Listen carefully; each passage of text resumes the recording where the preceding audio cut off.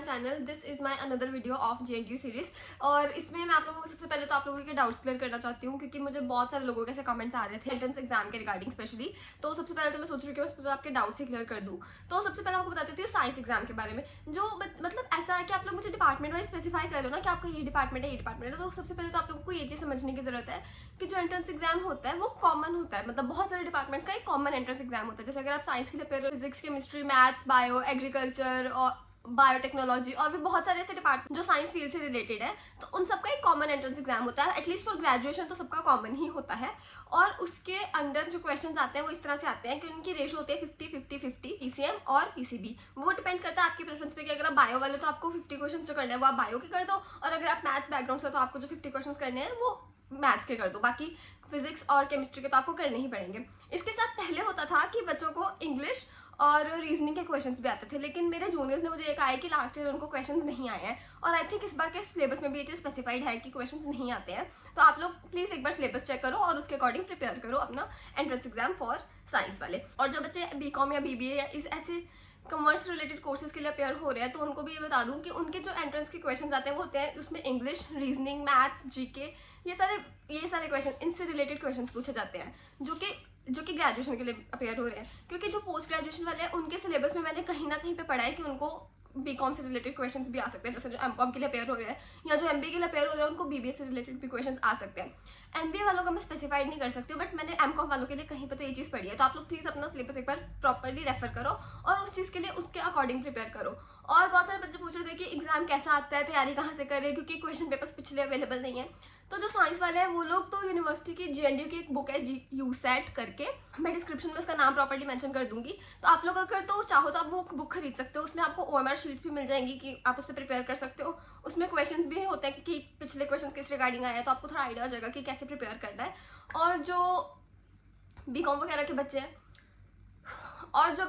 बच्चे हैं उनके लिए मैं सजेस्ट करूंगी कि आप लोग YouTube से वीडियोस देख लो। It's enough. आप लोगों के पास स्पीड अच्छी होनी चाहिए, क्योंकि मैंने जितना लोगों से बात की है, जितना समझा, उनका ये कहना है कि आप लोगों की स्पीड अच्छी होनी चाहिए। क्योंकि मैं BCom की या मैंने BBA या BCom का एंट्रेंस एग्जाम नहीं दिया है, तो मुझे ज़्यादा आइडिया नहीं है, बट मैंने लोगों से बात किया और उनका ये कहना है कि आपकी स्पीड अच्छी होनी चाहिए ताकि आप मैथ्स के या रीजनिंग के क्वेश्चन जल्दी सॉल्व कर पाओ और साथ में इंग्लिश के क्वेश्चन जल्दी सॉल्व कर पाओ।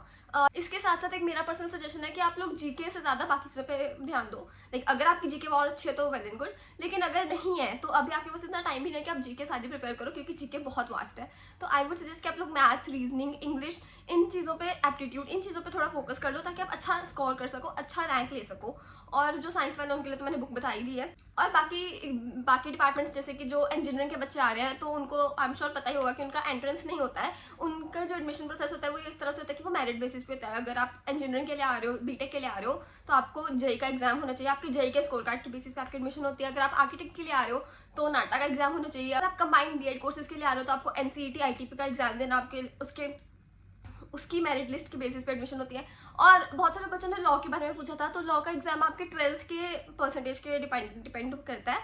तो हाँ, JNTU में एडमिशन मिल जाती है। बहुत सारे बच्चे मुझे अपनी परसेंटेज स्पेसिफाई करके बता रहे थे, तो इस बारे में मैं कुछ भी नहीं कह सकती हूँ, क्योंकि दिस डिपेंड्स कि कितने बच्चे आ रहे हैं और कितने बच्चों की पहली प्रेफरेंस JNTU ही है। तो अगर तो ज़्यादा बच्चे हुए तो ऑब्वियसली डिपेंड, जितनी सीट्स होंगी जो टॉप प्रेफरेंस वाले होंगे उनको तो सीट्स मिल जाएंगी। हो सकता है कि आपकी फर्स्ट काउंसलिंग में टर्न आए, बट मैंने जो लॉ के बच्चे थे मैंने उनसे ये बात की है, तो उनका ये कहना है कि हो सकता है कि आपकी फर्स्ट प्रेफरेंस JNTU हो, लेकिन आपकी थोड़ी सी परसेंटेज कम होने की वजह से आपकी पहली काउंसलिंग में टर्न आए, तो डिसअर्टेन होने की जरूरत नहीं है। हो सकता है कि आपकी सेकंड या थर्ड काउंसलिंग में टर्न आ जाए। तो आप लोगों को इस चीज़ का थोड़ा ध्यान रखना है। आप लोगों को सेकंड और थर्ड काउंसलिंग के लिए भी अपेयर होना है। तो बहुत सारे लोगों का डाउट होता है कि एग्जाम कैसा आता है। तो एग्जाम ज़्यादा टफ नहीं आता है, एग्जाम बेसिक ही होता है। एग्जाम 12th के सिलेबस में से ही आता है।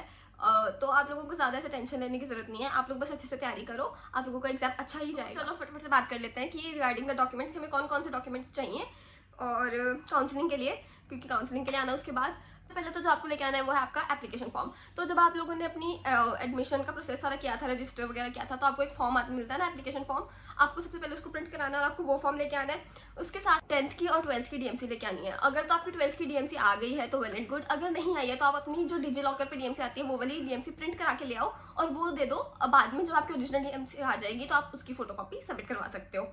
और इसके साथ ही अगर आप किसी मास्टर्स कोर्स के लिए आ रहे हो, अगर आप ग्रेजुएशन कर चुके हो, तो आपको अपने सारे सेमेस्टर्स की DMCs लेके आनी है। लाइक फर्स्ट टू लेके 6 सेमेस्टर तक सारी DMCs लेके आनी है।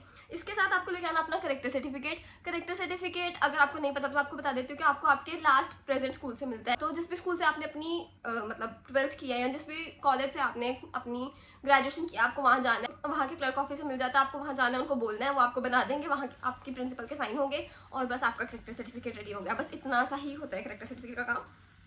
तो आपको एक वो भी लेके आना है। इसके साथ ना आपको अपनी 2 रीसेंट फोटोग्राफ्स भी लेके जानी है। तो ये जो रीसेंट फोटोग्राफ्स है ना, ये उसमें सिलेबस उसमें मेंशन था कि आपको अटेस्ट करनी है, आपके प्रिंसिपल के साइन करवाने और उसकी स्टैंप लगवानी है आपके लास्ट अटेंडेड कॉलेज या स्कूल की। बट मैंने लास्ट जब मेरी एडमिशन हुई थी तब मैंने ये चीज़ कराई थी और मुझे इसका कोई बेनिफिट नहीं दिखा था।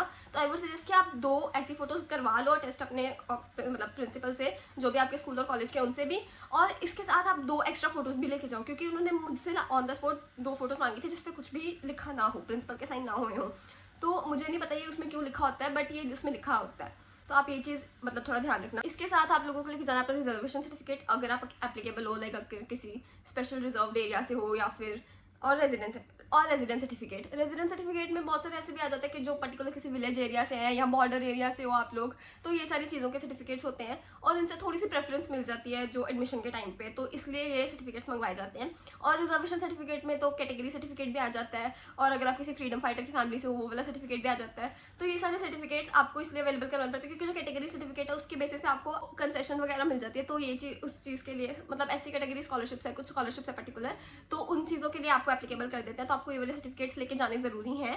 इसके साथ ही अगर आप बीटेक या मतलब अगर आप इंजीनियरिंग कोर्स के लिए जा रहे हो, बीटेक या बीआर, तो आप लोगों को अपना जेई का स्कोर कार्ड लेके जाना बहुत जरूरी है, नाटा का स्कोर कार्ड लेके जाना ऑब्वियसली बहुत जरूरी है। अगर आप आर्किटेक्ट के लिए जा रहे हो, इसके साथ आपको अपनी माइग्रेशन भी लेके जानी जरूरी है। ये माइग्रेशन आप लोगों को आपके स्कूल से मिलती है, 12th की तो मतलब स्पेशली आती है, और कॉलेज की भी कॉलेज से मिल जाती है, आपको अप्लाई करनी पड़ती है। तो अगर आप लोगों के पास अभी अवेलेबल नहीं है तो कोई इशू नहीं है, आप लोग उनको बोल दो कि आप लोग उनको बाद में डिपॉजिट करा दोगे, तो वो आप बाद में जिस भी आप स्पेसिफिक डिपार्टमेंट में आपकी एडमिशन हो रही है आप उसके ऑफिस में जाके वो चीज़ डिपॉजिट करा सकते हो। उसका कोई इतना ज़्यादा मेजर रोल नहीं है, बट हाँ याद रखना कि आपको ये टाइम पे डिपॉजिट करानी है, क्योंकि मेरे कुछ फ्रेंड्स ने ऐसा किया था, ये गलती की थी कि उन्होंने नहीं करवाई थी और उनको काफ़ी ज़्यादा फाइन पड़ा था, लाइक आई थिंक 5000 के करीब भी फाइन पड़ जाता है। तो ये चीज़ ध्यान में रखनी है कि आपको टाइम पे डिपॉजिट करानी है। तो बस यही सारी चीज़ें जो आपको अपने काउंसलिंग के टाइम पे लेके आनी है।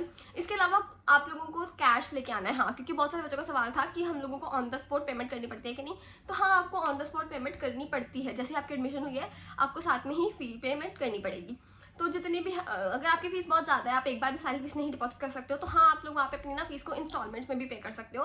3 इंस्टॉलमेंट्स मैक्सिमम बन जाती हैं, तो आप उनको 3 इंस्टॉलमेंट्स बोल दो तो आपकी 3 इंस्टॉलमेंट्स बना देंगे और उसके अकॉर्डिंग आपकी फीस पे हो जाएगी। लेकिन मैंने कभी ऐसा किया नहीं है, मैंने सारी फीस एक बार में पे की थी, तो मुझे आइडिया नहीं है। बट कुछ डिपार्टमेंट्स जिनकी फीस बहुत ज़्यादा होती है वो प्रेफर करते हैं ये चीज़, और वहाँ के बच्चे ये चीज़ प्रेफर करते हैं।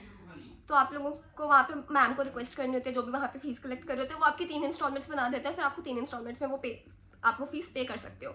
तो इस चीज़ के लिए हाँ, और कुछ बच्चों का सवाल था कि हमें पेरेंट्स को लेके जाना है कि नहीं। तो पेरेंट्स को लेके जाना स्पेसिफिक नहीं होता है, ज़रूरी नहीं होता है, क्योंकि जब आपका वो जो काउंसलिंग हॉल है उसके अंदर आपके पेरेंट्स नहीं जाएंगे, आप अकेले ही जाओगे।